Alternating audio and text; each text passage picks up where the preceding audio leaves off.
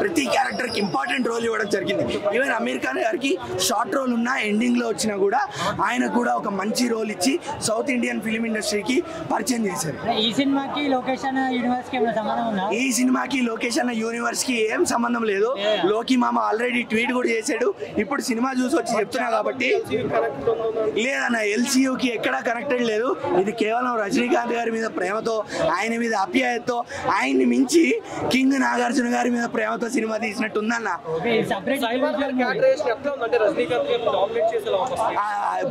మంచి క్వశ్చన్ అడిగినావు అన్న.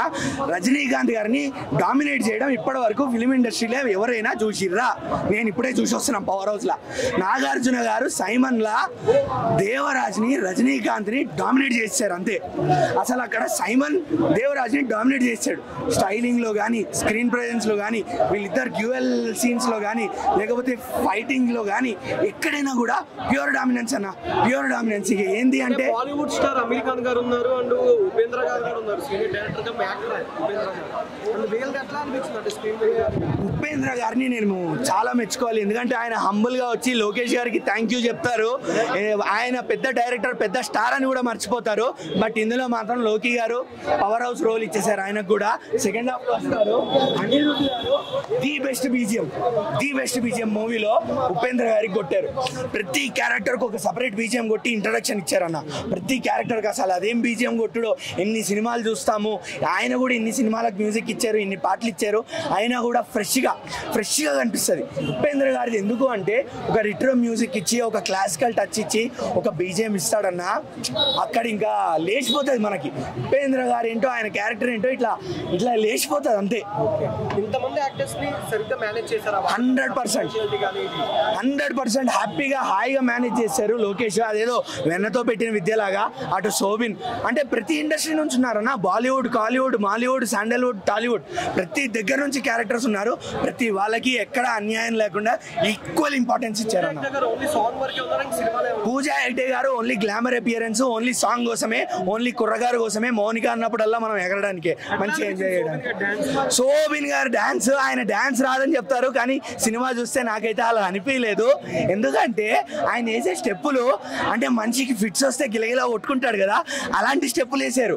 కానీ అది కూడా డాన్స్ లాగా అనిపించింది మనకి, ఒక గ్రేస్.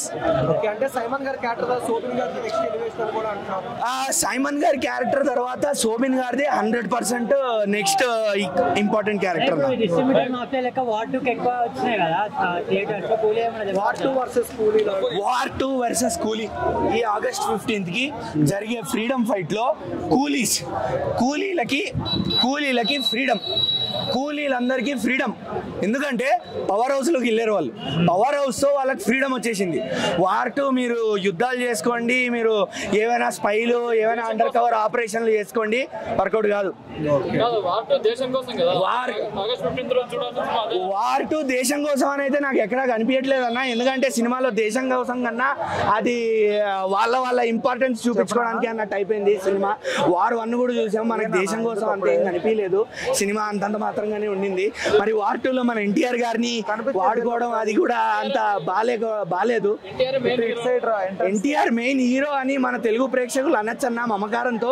కానీ నాకైతే ఎన్టీఆర్ గారిని ఏదో ఇలాగా ఏమంటారు, వార్ 2ని సౌత్ బెల్ట్ లోకి పంపడానికి, జనాల మీద రుద్దడానికి ఎన్టీఆర్ గారిని వాడుకున్నట్టు అనిపిస్తుంది. ఎలివేషన్స్ ఎన్టీఆర్ గారికి ఇవ్వడం కాదన్నా, అది మూవీతో పాటు అది ఫ్లోలో కొట్టుకొని వెళ్ళిపోతాయి అంతే. అది ఎన్టీఆర్ గారికి సపరేట్ ఎలివేషన్స్. ఓవరాల్ గా కూలీ రేటింగ్ మాత్రం నేను 4 ఇస్తా. ఈసారి power house cinema, power house లోకి వెళ్ళిపోండి, వోల్టేజ్ తెచ్చుకోండి అంతే. ఆయన మా నాన్నగారి ఫ్యాన్. ఇప్పుడు నాగార్జున గారి లెంత్ వేరే లెవెల్, ఆయన క్యారెక్టర్ వేరే ఇచ్చి పడేశాడు. ఎల్సీలో భాగం ఏంటి? ఎల్సీయూ మొత్తం ఇందులోనే ఉంది. ఎల్సీలో భాగం ఉంటే ఇచ్చి పడేశాడు. లోకేష్ కనకరాజు గారు మాత్రం నెక్స్ట్ ఈ మూవీ అయితే రజనీకాంత్ వెనక ఎవరున్నారు? ఒక మెగాస్టార్, ఒక బాలయ్య బాబు, ఒక ప్రభాస్.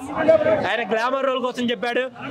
అనుష్క ఇది మూవీలో రవితేజ చెప్పారు, మన రజనీకాంత్ చెప్పారు. ఇచ్చి పడేశాడు మూవీ మాత్రం వేరే లెవెల్. ఓకే, మరి వాళ్ళ ఎప్పుడు యాక్టింగ్ ఎట్లా ఉంటుంది? ఒక కామెడీ, ఒక సీరియస్ యాక్షన్ అన్ని కల్పించింది. గారు తలైవ. ప్లస్ నాగార్జున గారు యాక్షన్ క్యారెక్టర్ ఫస్ట్ టైం నేను చూస్తాను. ఇంత యాక్షన్లా ఇంత వెరితనంగా చేసిందంటే ఫస్ట్ టైం చూస్తాను. బ్యాక్గ్రౌండ్ మ్యూజిక్ ఇచ్చి పడేసినాడు. ఒక్క మెయిన్ ఉపేంద్రకి ఇచ్చిన మ్యూజిక్ అంతా ప్లస్ అమీర్ ఖాన్కి ఇచ్చిన మ్యూజిక్ ఇంకా కొన్ని రోజులకి అర్థం మీకు అందరికి థీమ్గా ట్యూన్గా ఉన్నాం. ఒక్కరొకరిదే హైలైట్. మీరు మూవీ హైలైట్ చెప్పాలి. ఓవరాల్ చెప్పాలంటే అందరిది యాక్టింగ్ ప్లస్ డైరెక్టర్ది. ఇప్పటి వరకు 1000 crore ఫిల్మ్ లేదు, కూలీతో కొట్టబోతున్నారు. కొడితే బాగున్నాం. Rating out of 10. Hello, Telugu రాజ్యం ఛానల్ చూస్తున్నారా? సామాజిక రాజకీయ జీవన చిత్రణే తెలుగు రాజ్యం. అతిశయోక్తులు అసత్యాలు ఉండవు. రాజకీయ కోణం కాదు, ప్రజా కోణమే కొలబద్ద. తెలుగు రాజ్యం వీక్షణ నీ ఉత్తమ అభిరుచికి నిదర్శనం.